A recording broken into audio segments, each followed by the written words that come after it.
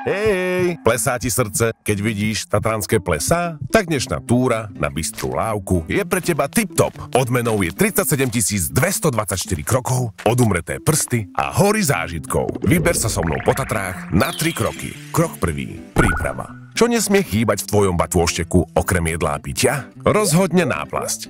Nie na zlomené srdce, ale tá na odretý palec. Rybársky klobúk, aby si splynul s prostredím a slnečné okuliare, nech si poriadny alfa samec. Nezabudni pribaliť aj voňavé ponožky a deodorant, keď sa vrátiš po celodennej túre späť do civilizácie. Ozaj, a čekni si predom počasie, pretože búrku zastihnúť v horách nechceš. Dôveruj mi.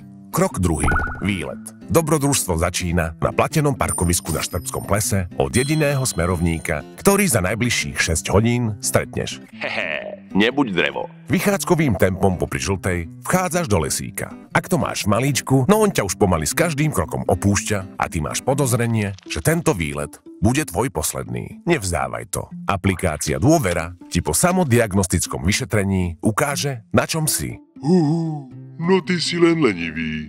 Tak nahoď náplasť a pokračuj ďalej. Cestu ti spestrí horský burčiaci potôčik. No nech ti nenapadne sa ho dotknúť bosou nohou. Ryby vykapú. Po hodinke aj pol máš možnosť sa kochať najkrajším vodopádom v Tatrách. Vodopádom Skok. Odtiaľto je to do nášho finišu už iba na skok. Teda vlastne ako pre koho. Rozcvičku máš za sebou a nad vodopádom začína naozajstná turistika. Prvá prekážka reťaze. To zvládneš ľavou zadnou. Odmenou ti je prvé pleso nad skokom. Keď už budeš stúpať dolinou, sledovať ťa bude zhora Satan, pekelník a diablovina. Pri rohatých veciach ešte zostaneme. Cestou natrafíš na volie a kozie plesá. Neviem, ktoré je ktoré, takže mi poraď v komentári. Do komentára.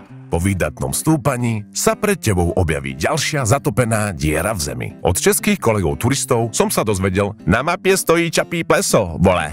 Dovolím si nesúhlasiť. Sapie. Hlava sa mi trochu zatočí a nohy hovoria sorry bráško, keď pozerám, kam to vlastne šliapem. Fun fact, vedel si, že Bystrá lávka je výrazná depresia soliskového hrebeňa? Teraz už vieš prečo, ale ako liek na dušu sa ti otvárajú výhľady na zamrznuté okrúhle pleso, v ktorom určite sídli drak. Vo finále výstupu to bude 5 minút po reťaziach, tak sa drž pevne. Krok tretí. Vychutnávaj. Si tam. Si medzi dvoma dolinami a odmenou je ti jeden z najkrajších výhľadov na Kriváň a toto pekné pleso. Aj túto túru som ti priniesol vďaka zdravotnej poisťovni Dôvera. Urob niečo pre svoje zdravie a prepoisti sa do 3 minút. Stúpaniu odzvonilo, teraz už len 3-hodinové klesanie naspäť. Niečo z teba bude, nie si žiadné drevo.